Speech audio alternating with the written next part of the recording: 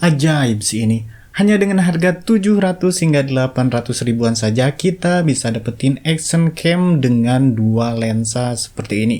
Dan lihat hasil low light-nya sekeren ini. Dia bisa menangkap cahaya dengan sangat baik. Saya coba bandingkan dengan kamera lainnya yang harganya hampir sama. Dan hasilnya beda jauh. Awalnya saya lihat kamera ini banyak yang review di TikTok.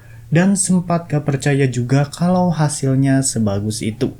Tapi setelah saya coba sendiri ternyata memang beneran bagus. Jadi ini adalah Acroder Q3. Setelah saya cari-cari tahu, Acroder ini adalah brand yang biasanya mengeluarkan kamera dashcam untuk mobil, kamera untuk security mobil, atau untuk parkir mobil. Jadi mungkin mereka ini bukan pemain baru di bidang kamera. So, mari kita cari tahu lebih lengkap tentang kualitas gambar si Acroder Q3 ini. Let's go! Seperti biasanya, yang pertama saya tes adalah kestabilannya. Ini dia hasilnya. Lihat lebar layarnya sangat luas dan perlu kita ketahui di sini, semakin luas lebar layar atau semakin wide focal length sebuah kamera, maka goncangannya akan jadi terlihat makin samar. Dan semakin sempit lebar layarnya, maka goncangan sedikit saja akan jadi sangat terlihat. So, dengan focal length yang seluas ini, maka saya harus bilang electrical image stabilization-nya di sini ini tidak terlalu bagus karena gambarnya masih terlihat lumayan bergoncang. Meskipun saya juga tidak bisa bilang ini jelek, untuk di kelas harganya ini sudah cukup. Mengingat kamera ini juga yang sudah dual kamera. Untuk menilai kualitas gambarnya, mari langsung saja kita tes sambil vlogging. Dan saya aktifkan perekaman kamera depan dan belakangnya sekaligus, agar kita bisa langsung melihat kualitas kedua kameranya ini. Ini dia.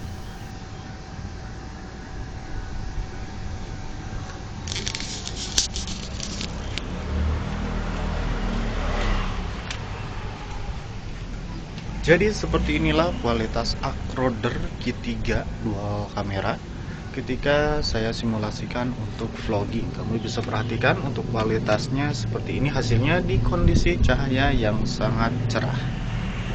Kamu bisa perhatikan detailnya, kemudian lebar layarnya ini cukup luas ya, seperti ini hasilnya.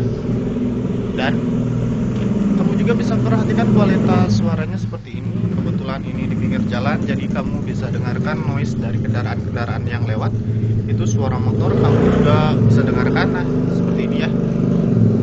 Ini cukup bising suara knalpot motornya. Apakah suara saya masih terdengar jelas atau tidak? Kamu bisa nilai sendiri untuk kualitas audionya. Kemudian, jika menggunakan dual kamera langsung seperti ini, dia resolusinya hanya bisa 2K.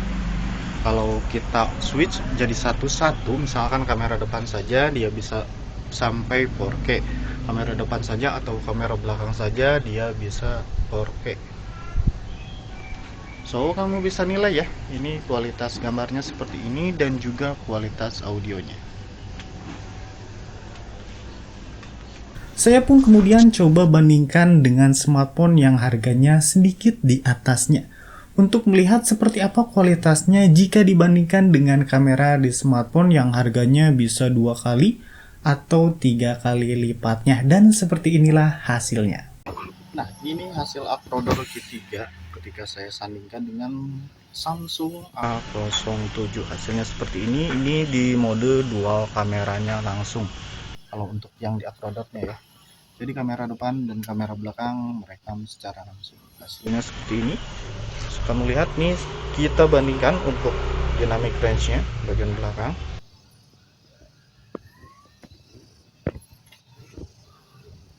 Nah, sekali lagi ini hasil dari Acroder Q3 ketika saya coba sandingkan dengan smartphone harga 1,2 jutaan yaitu Samsung A07. Hasilnya seperti ini.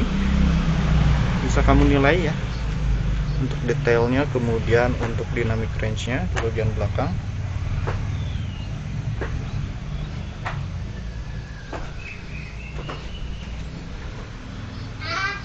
So, apakah menurutmu ini masih bisa bersaing atau tidak? Silahkan nilai sendiri ya. kualitas gambarnya. Dan ini ketika saya bandingkan dengan iPhone SE 2020 untuk kamera depan iPhone SE-nya ya. Dan ini hasilnya. Apakah ini masih bisa disandingkan secara head to head dengan uploader ketiga? Kamu bisa nilai sendiri ya untuk kualitas gambarnya seperti ini. Kamu bisa perhatikan dari detailnya, shadow-nya di bagian wajah saya, kemudian untuk highlight-nya di bagian langit, kamu bisa perhatikan ya. So, silahkan nilai apakah ini masih bisa bersaing atau sudah kalah jauh. Kamu tentukan sendiri ya. Cukup oke kan? Dan satu lagi yang membuat saya kaget adalah ternyata kualitas audionya juga lumayan oke. Karena jika saya bandingkan dengan kamera dari Tikka atau dari Kitbiz yang memiliki desain hampir sama dengan kamera Acroder ini, di Tikka dan Kitbiz harus pakai mic eksternal agar suaranya bisa terdengar jelas. Tapi di Acroder ketiga ini suara lumayan terdengar jelas meski tanpa mic eksternal. Selanjutnya mari kita lihat bagaimana kualitas gambarnya dan juga goncangannya ketika kita gunakan untuk motovlog atau ketika kita gunakan di atas motor. Dan seperti inilah hasilnya. Kamera saya simpan di dada, jadi hasil kamera depannya tidak bisa saya tampilkan. Saya hanya bisa menampilkan kamera belakangnya saja, tapi nanti saya tampilkan sedikit ketika saya pegang di tangan. By the way, bisa dilihat di sini ketika di atas motor gambar menjadi lebih smooth daripada ketika sambil jalan kaki. Menariknya, karena ini gambarnya luas, pinggiran jalan hingga stang motor saya pun terlihat dengan jelas di sini.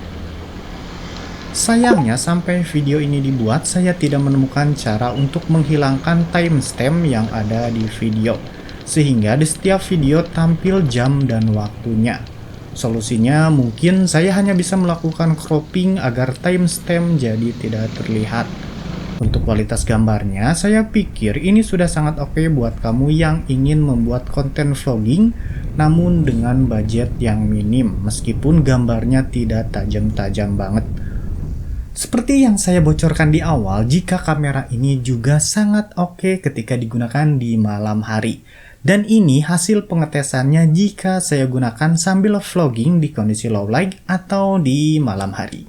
Seperti ini hasil video Acroder Q3 ketika di kondisi low light atau di kondisi malam hari. Ini sebagai pembanding saya sertakan video dari Samsung A07 yang harganya sekitar 1,2 jutaan. Lihat ya, apakah bisa head to head sama kamera smartphone dengan harga 1,2 jutaan. Ini di kondisi low light tapi masih lumayan terang karena lampunya masih nyala, lihat di belakang. Nah, ini kita coba matikan ya. Nah, lihat, kalau di layar saya perhatikan di Samsung ini noise-nya sudah banyak sekali. Acroder lumayan minim.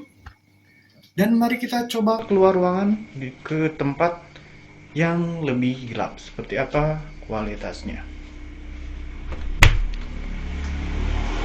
Sebentar.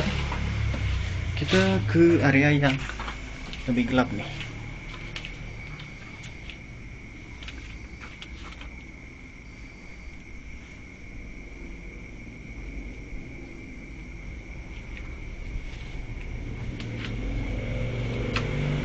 Dan ini ketika saya bandingkan dengan iPhone SE 2020, hasil kamera depannya seperti ini nih.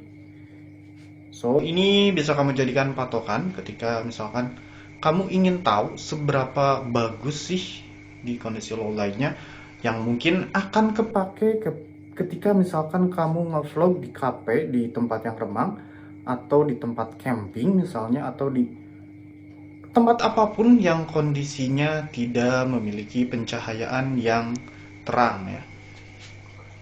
So, sekali lagi ini hasilnya, bisa kamu nilai apakah menurut kamu ini sudah oke atau belum. Sekali lagi ya, mungkin karena Acroder ini adalah brand yang sudah sering mengeluarkan produk untuk dashcam kamera mobil yang biasanya harus bagus di kondisi low light atau saat malam hari.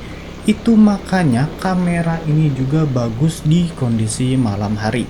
Hal tersebut juga saya buktikan dengan ketika menggunakan kamera ini di atas motor atau saat motor vlog. Seperti ini hasilnya ketika saya gunakan untuk motoran di malam hari. Bisa kamu lihat gambarnya cukup jelas dan bersih. Ini hampir sama dengan kamera Modovo yang pernah saya bahas di video sebelumnya. Tapi Acroder sedikit lebih terang, dan menariknya lagi, Acroder bisa menghandle flare lumayan baik. Dimana di Modovo meskipun cukup terang di malam hari, tapi flare dari lampu jalan dan juga lampu kendaraan sangat mengganggu di sana. Di Acroder, flare memang cukup tebal dari lampu-lampu kendaraan, tapi di sini tidak ada ekor cahaya panjang yang biasanya dihasilkan dari efek flare-nya. Untuk kestabilannya pun hampir sama dengan kestabilan di siang hari. Masih cukup berasa, tapi ini masih layak untuk dijadikan video konten atau untuk kebutuhan dokumentasi perjalanan. So, menurut saya ini sudah cukup aman lah ya, baik untuk motovlog di siang hari dan di malam hari. Kalau kualitas foto, saya tidak mengambil banyak contoh di sini karena kualitasnya hampir sama dengan kualitas video. Di sini bisa kamu lihat beberapa foto yang saya coba. Dia bisa memotret di resolusi 12 megapiksel dengan zoom hingga 8 kali, tapi zoomnya hanya digital zoom saja. So, untuk zoomnya tidak saya rekomendasikan untuk digunakan. Untuk fiturnya sebenarnya standar saja, dia tidak tahan air dan juga tidak diberi case waterproof seperti pada action kamera biasanya. Namun untuk fitur Wi-Fi di sini juga ada. Jadi kita bisa pantau preview video lewat smartphone, melihat hasil rekaman hingga melakukan settingan lewat smartphone juga. Untuk menggunakan fitur Wi-Fi, kita bisa menggunakan aplikasi bernama Vidure. Ini aplikasinya ya. Untuk menggunakannya cukup mudah, masuk ke settingan Wi-Fi di Acroder Kit 3, kemudian buka Wi-Fi di smartphone dan tinggal samakan saja nama Wi-Fi dan passwordnya. Setelah terhubung, tinggal masuk ke aplikasi Vidure yang tadi, dan tinggal koneksikan saja, selesai. Dan seperti inilah hasilnya. Fitur lainnya yang juga ikut hadir yaitu fitur PC video atau fitur webcam. Jadi kita bisa menggunakan ini sebagai kamera webcam atau kamera laptop. So, ini bisa kamu gunakan di PC yang tidak ada kameranya atau buat kamu yang punya laptop dengan kualitas kamera yang burik. Satu hal lainnya yang membuat saya tertarik untuk membeli kamera ini adalah baterainya berjenis 18650 atau baterai yang biasanya digunakan di center atau di power bank. Jadi kita bisa punya baterai secara banyak sebagai baterai cadangan jika kita mau gunakan kameranya ini untuk berpergian atau untuk liburan misalnya. So, ada beberapa catatan yang juga perlu saya sampaikan di sini. Pertama, jangan simpan kameranya langsung seperti ini, karena akan rawan membuat lensa tergores. Kalau mau disimpan di meja, apalagi di tanah atau di lantai, putar dulu kameranya, kemudian baru simpan seperti ini, agar lensa tidak tergores oleh kerikil kecil. Kedua, saat pertama kali memasukkan micro SD-nya harus diformat dulu secara langsung pada perangkat kamera Acroder-nya agar bisa digunakan. Selebihnya menurut saya aman-aman saja, dan mari kita tarik kesimpulannya. Saya awalnya jujur saja underestimate sama kamera yang satu ini, dan saya lihat di TikTok pun banyak komentar negatif. Namun saran saya, jangan komentar dulu sebelum kamu langsung mencobanya. Karena memang saya rasa ini kameranya sebagus itu. Untuk di rentang harganya, ini yang terbaik yang pernah saya coba. Setelah di video-video sebelumnya saya banyak membahas kamera di rentang harga 1 jutaan ke bawah, ini jadi yang terbaik untuk saat ini. Tapi ingat juga, Acroder Kit 3 adalah kamera murah. Kadang ada glitch dan juga artefak pada hasil videonya. Ini mungkin pengaruh dari chip di kameranya yang tidak terlalu bagus. Jadi ini masih sangat jauh dari kata sempurna, apalagi kalau kita bandingkan dengan kamera-kamera action cam flagship seperti dari GoPro, Insta360, atau misalkan DJI, ini masih kalah jauh. Tapi setidaknya ini sudah sangat mumpuni untuk kita gunakan sebagai kamera konten kreator pemula atau yang mau belajar ngevlog. Untuk kamu dengan budget minim di bawah 1 jutaan, saya sangat merekomendasikan kamera yang satu ini. Menurut saya untuk budget yang minim ini sangat recommended.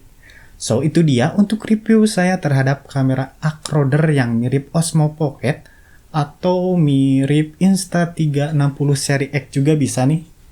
Karena ini mirip-mirip ya, kameranya sangat wide. Akhir kata, terima kasih telah menyaksikan. Jangan lupa like jika suka dan juga subscribe kalau bisa. Saya undur diri. Bye.